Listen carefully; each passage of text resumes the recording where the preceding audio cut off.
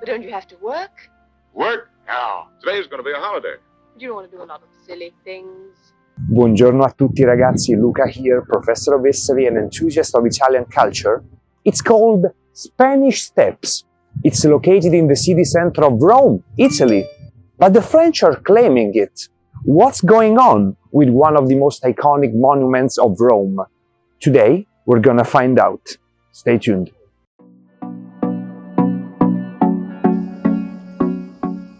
Recently, in Italian and European press, you could find the news that the French are somewhat allegedly claiming the Spanish Steps, again, one of the most iconic monuments of Rome. And when this news reached Italy, there was a little bit of mayhem because we have already a lot of problems politically, diplomatically with the French in European Union. There are a lot of tensions. So some Italian politicians politicized the news and said, okay, if you want to take back the Spanish Steps, we're gonna get back the Mona Lisa here in Italy, which of course is a completely different case.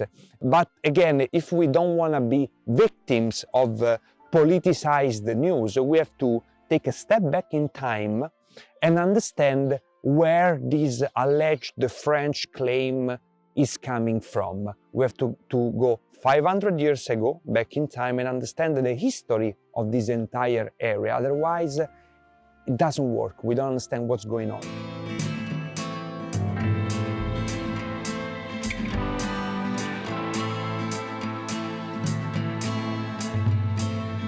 The first thing we have to understand is that Rome is full of buildings either owned or built or both by the French. And not from today, but from many, many centuries ago. And the same thing goes for the Spanish. In fact, the square where I am right now is called Spanish Square, Piazza di Spagna. But why is that? Why foreign powers have so many buildings and properties in the city center of Rome? We must think that, especially in the centuries of the so-called modern age, Rome, due to the presence of the papal court, was a fundamental center of European diplomacy. And not only European, because we know that already since the 15th century, Rome had contacts with the Far East of the world, for example, the Japanese. Rome, as a great historian said, was in this period the theater of the world. It was the central stage of European diplomacy. It was, just for you to understand, like a Brussels 500 years before, like a European kind of European parliament 5 centuries before. Every nation, especially powerful European nations such as the Spanish Empire or France, they had big diplomatic representations here in Rome. They had embassies, consulates, and many other buildings and properties here in the Eternal City, because they needed to have nearly an everyday contact, diplomatically speaking, with the papal court and the Pope.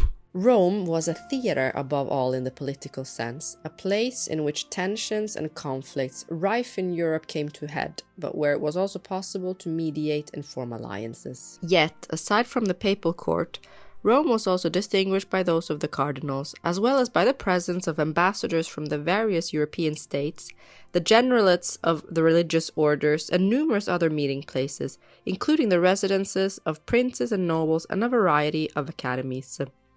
Through the coming together there of so many nations and through the keen intelligence of those in power, Rome combined many theaters into one great, extremely challenging stage.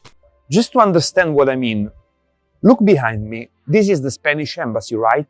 This gives the name to the square, but this is not exactly what you think. This is not the Spanish embassy in Italy. This is the Spanish embassy at the Holy See.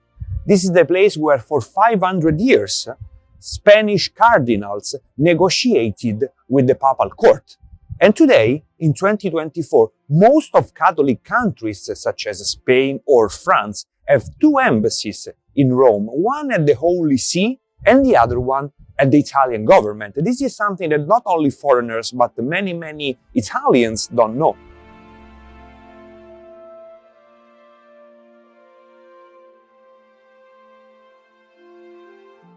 For a powerful nation like France, this same argument was even more valid. French had dozens of buildings here in the Eternal City: palaces, cardinal residences, embassies, churches, many buildings here in Rome, through various agreements signed between the French and the Vatican in different historical periods, because there were many.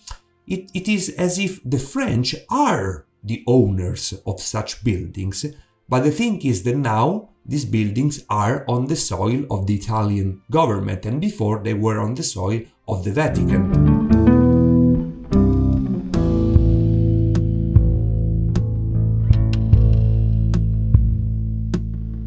Among these French buildings in Rome, there was the beautiful Church of Trinità dei Monti, which is here behind me, which was built in the 15th century and still dominates the area from above. This was and still is one of the 5 official French churches in Rome, but the French also had many different kind of buildings. Next to me there is the beautiful Villa Medici, then they had many embassies and cardinal palaces and many other properties as the Spanish.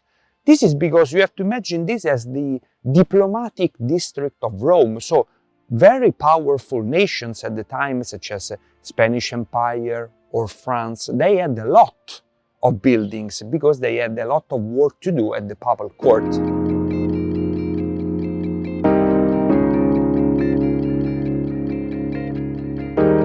But as you know from the video that I published last week, if you didn't watch it, I really recommend you do it. I linked the video in the description down below. Rome is full of hills and mountains, which is beautiful. The landscape is amazing. But the problem is that it can be very uncomfortable for people working and living here. And this was the case of the Spanish and French diplomatic personnel living and working in Rome. This is the reason why they asked for the construction of the steps. It was a practical reason. So at the beginning of the 18th century, the French king, Louis XV, it's clearly written in the Latin inscription behind me, paid for the building of the steps. So France was absolutely not only involved, but they also paid for the steps. So France had a primary role, not only in this area in general, but also specifically for the Trinità dei Monti steps. A male slave who had been legally manumitted by a Roman citizen enjoyed not only passive freedom from ownership, but active political freedom, libertas, including the right to vote. And now we get to the 2024 problem, the one that generated all these articles. At the moment, all French patrimony in Rome is managed by a French religious order known as, sorry for my terrible French pronunciation, Pio Etablissement, which his turn is managed by the beautiful French embassy in Italy.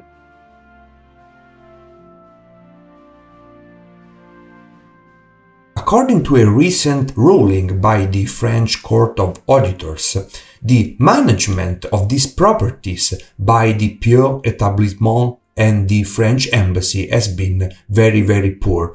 According to these judges, there were 2 main flaws. The first one was a poor economic management, and the second one, even more importantly, was a cultural problem. So according to these judges, the Pio Etablissement gave a lot of money to a very expensive private school, Italian private school, which is located next to the steps. But the money should have been used to promote French culture and language. But again, according to this ruling, only 3% of the students of this school speak French. And so the French are very pissed. For us Italians, this is something hard to understand because we are incapable of defending our culture. We don't get this aspect very seriously. I talked about this in numerous videos in my channel that you can watch if you're interested about the topic. But French are very different. They take the defense of their culture and language incredibly seriously. Vive la France. Vive la liberté.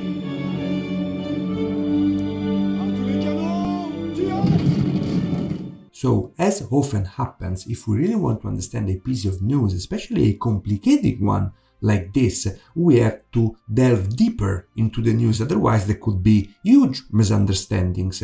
At the end of the day, France just asked for a deep review of the governance of all its properties in Rome, both culturally and economically, and that's understandable. I have heard many Italians, as I said, even Italian politicians making comparisons with Napoleon's stealing pieces of art in Italy and taking them to France, and comparisons with the Mona Lisa of Leonardo. In the first case, yes, Napoleon actually stole many pieces of art and took them to France, but that's typical of winners. When they conquer places, they tend to do this, unfortunately. The Romans, when they went to Egypt, they stole many obelisks. This is the reason why if you go around the city center of Rome, you find a lot of original Egyptian obelisks. That's the exact reason.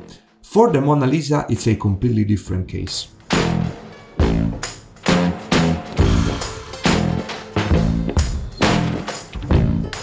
In the case of the Mona Lisa, as many people know, yes, the painting was physically painted in Italy, but Leonardo lived the last part of his life in France voluntarily, and he voluntarily sold the painting to the King of France, Francis I Valois. So actually the painting is with full legitimacy in Louvre. In any case, dear Italians and foreigners, rest assured, because no one will ever touch the Spanish Steps, which will remain together with all the monuments that surround the area in the heart of Rome in order to delight Italians and tourists and make Rome one of the most amazing city centers in the world. So don't worry, we Italians, we should focus more on protecting our cultural heritage instead of following this, as the French would say, boutade, news that at the end of the day, I don't think they have any kind of practical importance. This is it for today, guys. Thank you so much for watching. Let me know in the comments what do you think about this whole story. Are the French right? Are they wrong? Is it just a boutade, as I said, a news without any practical application? What do you think? And please do not forget to subscribe to the channel, because we're growing, but we need to grow even more in order to provide more quality content. So see you in the next one. Ciao ragazzi. Buongiorno a tutti ragazzi.